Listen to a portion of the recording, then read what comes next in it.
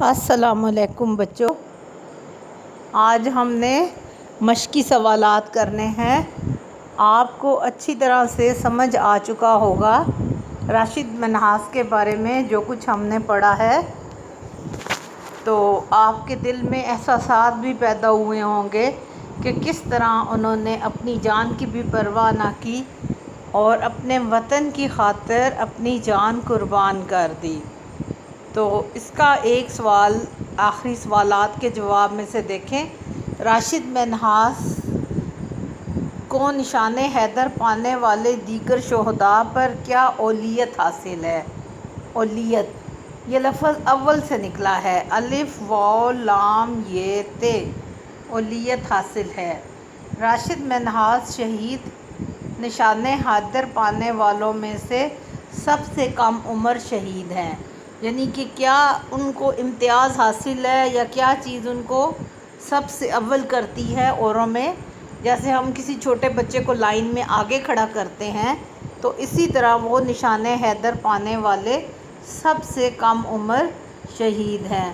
دیکھیں کتنے بڑے رتبے کی بات ہے کہ انہوں نے اتنے تھوڑی سی عمر میں وہ ایئر فورس میں انہوں نے جوائن کیا، اس کے بعد وہ فلائنگ میں چلے گئے، پہلی سولو فلائٹ پر بھی آ گئے اور کیپٹن بن گئے، اور پھر ان کو اللہ تعالیٰ نے اتنی ہمت اور بہادری عطا کی کہ انہیں شہادت کا رتبہ عطا کیا۔ سوال نمبر 4 دیکھیں، سوچئے اور تحریر کریں کہ مندرجہ ذیل حوالوں سے راشد منہاس کے کیا احساسات اور جذبات ہوں گے۔ اب یہ حوالوں سے کیا مراد ہے کہ اس ٹائم جب وہ شہید ہونے والے تھے یا جب ان کی مطیع الرحمن جو غدار تھا ان کے ساتھ ایک طرح سے باہم جھگڑا سا چل رہا تھا، تو ان کے کیا خیالات تھے اور کیا جذبات تھے۔ حوالے پہلے میں نے لکھا ہے حوالے، لیکن یہاں پر ان سے مراد کیا ہے؟ الفاظ، حوالے الفاظ، احساسات و جذبات یعنی کہ جملے۔ آپ نے جملے بنانے ہیں کہ ان حوالوں کے حساب سے آپ نے جملے بنانے ہیں، ان کے کیا احساسات اور جذبات تھے۔ پہلا ہے امید، تو یہ اب نشان حیدر پانے والے راشد منہاس سوچ رہے ہیں ان کے کیا احساسات اور جذبات ہیں۔ امید ہے کہ مطیع الرحمن کی کوششوں کو ناکام بنا دوں گا، امید ہے کہ میں مطیع الرحمن کی کوششوں کو ناکام بنا دوں گا۔ نمبر 2 دیکھیں، عزم۔ عزم کا کیا مطلب ہے؟ ارادہ کرنا، پختہ ارادہ کرنا۔ راشد منہاس نے عزم کر لیا کہ جہاز کو بھارت نہیں جانے دیں گے۔ یہ جملہ ہے لیکن آپ نے اس کو ایسے لکھنا ہے، راشد منہاس کا نام نہیں آئے، یہ میں نے ویسے لکھ دیا ہے، آپ نے اس کو خود سے ایسے لکھنا ہے، راشد منہاس کی جگہ لکھنا ہے میں نے عزم کر لیا ہے کہ جہاز کو بھارت نہیں جانے دوں گا۔ تھوڑا سا ٹرکی جملہ ہے، اس کو آپ غور سے دیکھیں، آپ نے ان کا احساس بتانا ہے تو پھر اس کا نام نہیں آئے گا۔ آپ نے لکھنا ہے میں نے عزم کر لیا ہے کہ جہاز کو بھارت نہیں جانے دوں گا۔ آپ تھوڑی دیر کے لیے خود کو راشد منہاس کی جگہ پر رکھیں اور یہ جملے بنائیں آخر وقت میں جو ان کے ذہن میں تھے۔ خوشی، اگلا لفظ کیا ہے؟ خوشی۔ مجھے خوشی ہوگی اگر میری جان وطن کے لیے قربان ہو جائے۔ دیکھیں کتنی خوشی انہوں نے نہ گھبرائے، نہ ان کو جان کی تمنا ہوئی، انہوں نے موت کو گلے لگایا۔ مجھے خوشی ہوگی کہ اگر میری جان وطن کے لیے قربان ہو جائے۔ اتنا بڑا اعزاز پاکستان کا سب سے بڑا فوجی اعزاز ہے نشان حیدر، یہ آسانی سے تو نہیں ملتا۔ ظاہر ہے انہوں نے خوشی موت کی طرف یا شہادت کی طرف قدم بڑھائے، تو مجھے خوشی ہوگی اگر میری جان وطن کے لیے قربان ہو جائے۔ جزا، جزا کا مطلب ہے یہ سزا کا الٹ ہے۔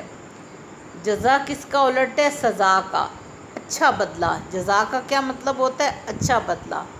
اگر میں وطن کی خاطر قربان ہو گیا تو اللہ اس کی اچھی جزا دے گا۔ ٹھیک ہے، یہ جملہ دیکھیں، اگر میں وطن کی خاطر قربان ہو گیا تو اللہ تعالیٰ اس کی اچھی جزا دے گا یا دیں گے۔ پھر آگے دیکھیں، افسوس۔ افسوس کا مطلب آپ سب اچھی طرح سے جانتے ہیں، دکھ۔ ٹھیک ہے، افسوس کا کیا مطلب ہے؟ دکھ۔ مجھے افسوس ہے کہ مطیع الرحمن وطن کے ساتھ غداری کر رہا ہے۔ آخری ٹائم پہ ان کے کیا احساسات تھے؟ یہی بات ہے نا کہ نشان حیدر پانے والے راشد منہاس کے ذہن میں یہ خیال آ رہا تھا کہ مجھے افسوس ہے کہ مطیع الرحمن وطن کے ساتھ غداری کر رہا ہے۔ وطن کے ساتھ غداری کرنے کا کیا مطلب ہوتا ہے؟ فریب کرنا، دھوکہ دینا۔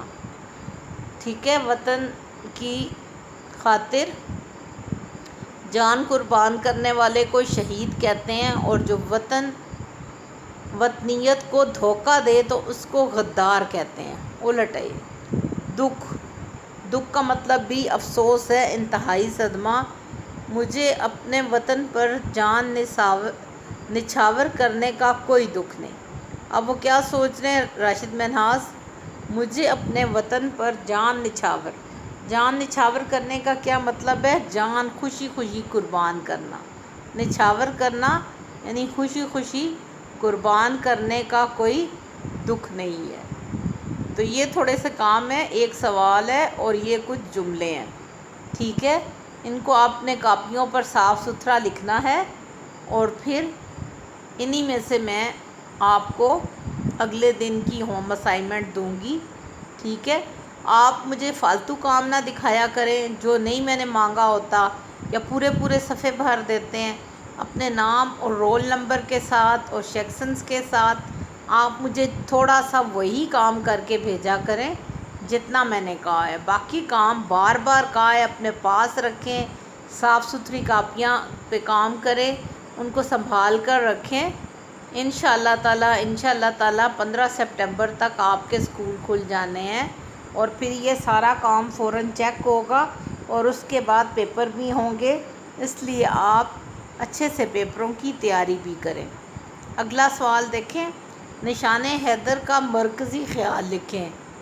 دو چیزیں ہوتی ہیں، ایک چیز ہوتی ہے خلاصہ اور ایک چیز ہوتی ہے مرکزی خیال۔ خلاصہ جو ہوتا ہے وہ کافی ہمیں سبق کی جو بھی واقعہ ہے اس کو چھوٹا کر کے لکھنا ہوتا ہے، لیکن پھر بھی وہ کافی لمبا ہو جاتا ہے۔ پھر بھی اگر ہم کوئی واقعہ اپنے الفاظ میں چھوٹا کر کے بھی لکھیں تو پھر بھی کچھ نہ کچھ تفصیلات لکھتے ہیں اس کے بارے میں، وہ کافی لمبا ہوتا ہے۔ لیکن مرکزی خیال تھوڑا ہوتا ہے، کافی کم ہوتا ہے۔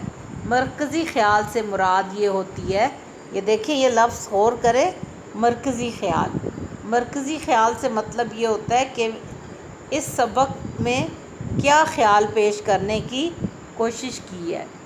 تو اس سبق میں اس کا جواب ہے، اس سبق میں نشان حیدر پانے والے راشد منہاس شہید کی شہادت کا واقعہ بیان کر کے یہ سبق دیا گیا ہے کہ جس طرح راشد منہاس شہید نے بہادری کا عظیم کارنامہ سر انجام دے کر اپنے ملک کی حفاظت کی، اسی طرح اگر خدا نخواستہ ہمارے وطن کو دشمن سے کبھی خطرہ لاحق ہو گیا، یہاں آپ نے لکھنا ہے خطرہ لاحق ہو، یہ بھی ٹھیک ہے، جائے بھی لکھ لیں، خطرہ لاحق ہو تو ہم اس کی خاطر اپنی جان دینے سے بھی دریغ نہیں کریں گے، یعنی کہ ہم بھی کمی نہیں چھوڑیں گے کہ اپنی جان اپنے وطن کے اوپر ہم لوٹا دیں۔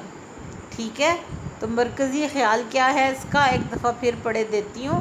اس سبق میں نشان حیدر پانے والے راشد منہاس شہید کی شہادت کا واقعہ بیان کر کے یہ سبق دیا گیا ہے کہ جس طرح راشد منہاس نے بہادری کا عظیم کارنامہ سر انجام دے کر اپنے وطن کی حفاظت کی، اپنی جان دے کر، ٹھیک ہے۔ اسی طرح اگر خدا نخواستہ ہمارے وطن کو دشمن سے کبھی بھی خطرہ لاحق ہو گیا تو ہم اس کی خاطر اپنی جان دینے سے بھی دریغ نہیں کریں گے۔ یعنی کہ ہمیں ایک چیز میں جذبہ اور جوش دلانے کی کوشش کی گئی ہے کہ جس طرح راشد منہاس نے اپنی بہادری سے کام لیتے ہوئے دشمن کے حملے کو ناکام بنایا اور عظیم کارنامہ سر انجام دیا۔ بہت عظیم کارنامہ تھا۔ دیکھیں وہ راز دشمن کے پاس چلے جاتے تو پاکستان کا کتنا زیادہ نقصان ہوتا، کتنی تباہ کاری مچتی۔ انہوں نے اپنی جان قربان کر کے کتنے لوگوں کی جانوں کو بچا لیا، تو یہ ایک عظیم کارنامہ ہی تھا۔ اسی طرح اگر کبھی ہمارے ملک کو ہماری جانوں کی ضرورت ہو، دشمن سے کوئی خطرہ لاحق ہو، تو ہم بھی اپنی جان دینے سے دریغ نہیں کریں گے۔ یہ میں نے لکھ دیا ہے، بے شک یہاں سے دیکھ کے لکھیں، بے شک تھوڑا سا اس کو بڑا کر کے اپنے اس میں لکھیں، لیکن مرکزی خیال بہت بڑا بھی نہیں لکھتے۔ ایسا نہیں ہے کہ اس کو پورے ایک مکمل صفحے پر یا 1.5 صفحے پر لکھ لیں، مرکزی خیال اتنا ہی لکھتے ہیں۔ پھر میں آپ کو کل جب سبق کا خلاصہ لکھواؤں گی تو خلاصہ تھوڑا سا ڈیٹیل میں ہوگا، تفصیل میں ہوگا، وہ آپ نے ذرا لمبا لکھنا اور یاد کرنا ہے۔ یہ چیزیں اب آپ لکھ کے رکھنی ہیں، آپ نے مجھے نہیں بھیجنی جب تک میں ہوم اسائنمنٹ میں نہ دوں، اور انشاءاللہ جب اسکول کھلیں گے تو آپ کی کاپیاں چیک ہو جائیں گی۔ تو آج کا ایک سوال کرنے کے لیے میں لکھ کے بھی بھیج رہی ہوں۔